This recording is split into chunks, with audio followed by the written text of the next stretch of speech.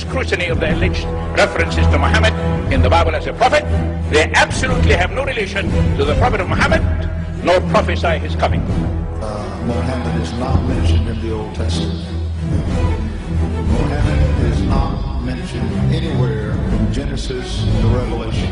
Muhammad is God's true messenger. That's a joke.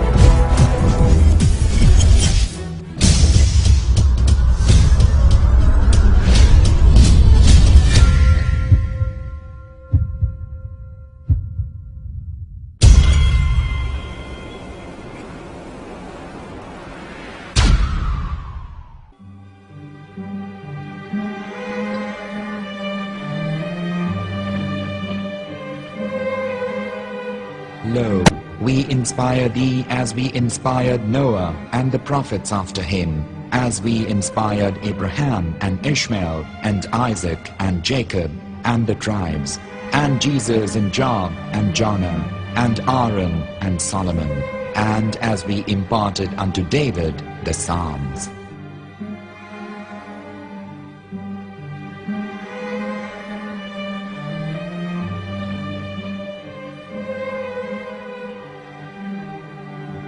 The verse we've just heard is from chapter 4 of the Quran. In the verse, God is affirming to humanity that Muhammad is indeed the recipient of a divine guidance, just as Noah, Abraham, and the rest of the prophets. However, some Christians and Jews today don't believe that Muhammad was a prophet and the covenant that God made with Abraham. And since the Quran is not their book of authority, in this video I'm going to show you that the book you're holding in your hands contains the name off the seal of prophethood, the Prophet Muhammad.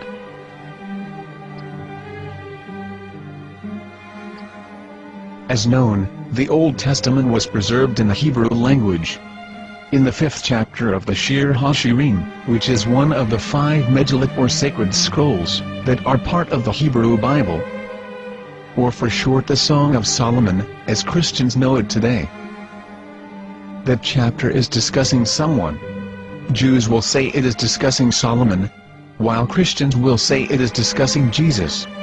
Considering this is the Songs of Solomon, it would seem logical that it is discussing Solomon.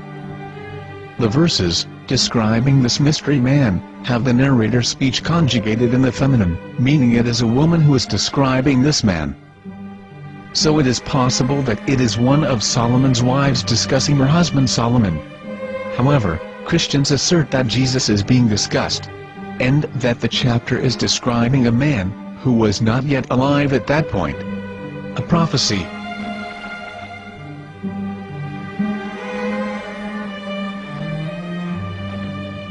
In reading the English translation of Song of Songs 5:16, it finishes the description by saying, "He is altogether lovely," but what most people don't know is that the name of that man was given in the original Megillat.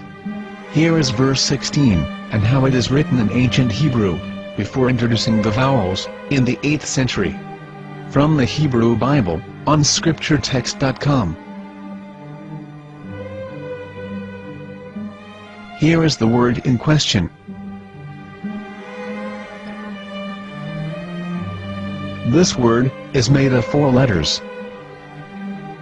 Mem, Het, Mem, Dalet. Now when reading the word as it is written in its original form, with no vowels, it can be read as Muhammad, which is the name of the Muslim prophet, or as Mamad with no A after the H. According to Ben Yehuda's Hebrew English Dictionary, it is correctly pronounced as Muhammad, not Mamad. So how we're going to know for sure if it's pronounced as Muhammad, the Muslim prophet, or as Mamad, a random Hebrew word? The only way is to give the verse to a rabbi, and say to him, "Please read." Here is the Song of Songs 5:16, and how it is read by a rabbi from a Hebrew Jewish site. Please notice, the im in Hebrew is a plural of respect. חיכו ממתקים וכולו מחמדים, זה דודי וזרעי בנות ירושלים. חיכו ממתקים וכולו מחמד, מחמד, מחמד, מחמד, מחמד, מחמדים. זה דודי וזרעי בנות ירושלים.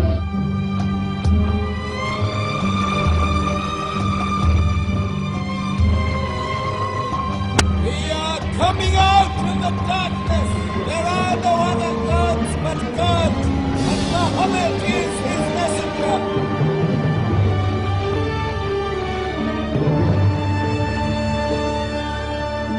Let the world hear.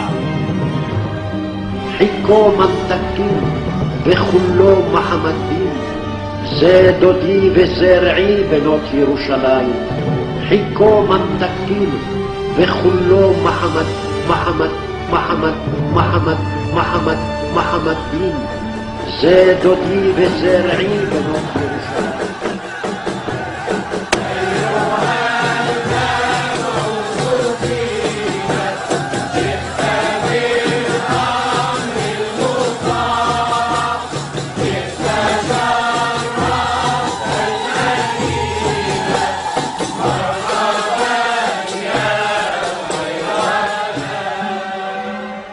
Here is the famous SDL translation tool, which includes a professional human translation, as well as an online translation. We're going to copy our Hebrew word of the Song of Songs, directly from the Jewish site. It's the same site, where you can hear the rabbi reading the verse in Hebrew. All links are in the description, so, we're going to copy the word and paste it, and ask, please translate. Are they going to translate the meaning of the name of that person? As the Bible translators did. Which is the praised and the lovely one, or are they going to keep the name as it is? Well, see it yourself. Here is the World Lingo Translator. The result is the same. It's Muhammad. We have no right. We have no right to translate names of people. Anybody. Your name should be retained. Mr. Black is Mr. Black, though he's white. You have no right to translate names of people. But they have been doing that. Muhammad Ibn, they translated as altogether left. But the word Muhammad is there in the Hebrew language. The word Muhammad is there in the Hebrew language.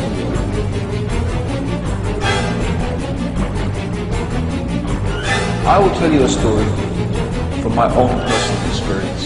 Years ago, I used to spend every Sunday afternoon in a place called Speaker's Corner. And in my years down there, I got to know a Jewish rabbi. He was a very nice man. He used to listen to me, and he was always very polite and talked about Islam in a very nice way. And one day, during one of our conversations after some years, I thought that it was about time I should invite him to Islam. So I said to him, you know, my friend, we have been talking now for many years, and even you have admitted to me that Muhammad is a prophet. So why then do you not embrace Islam? He said to me, we Jews, we never change our religion. I said, but half of the rabbis of Medina became Muslim. He said, that is true, but still, we Jews never change our religion.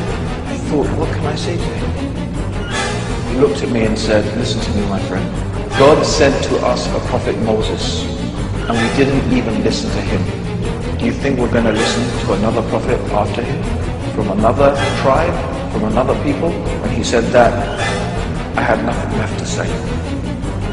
He knew that Muhammad was a prophet. In fact, another rabbi also came up to me and he said to me, we know Muhammad is a prophet, and he quoted to me a passage from the Bible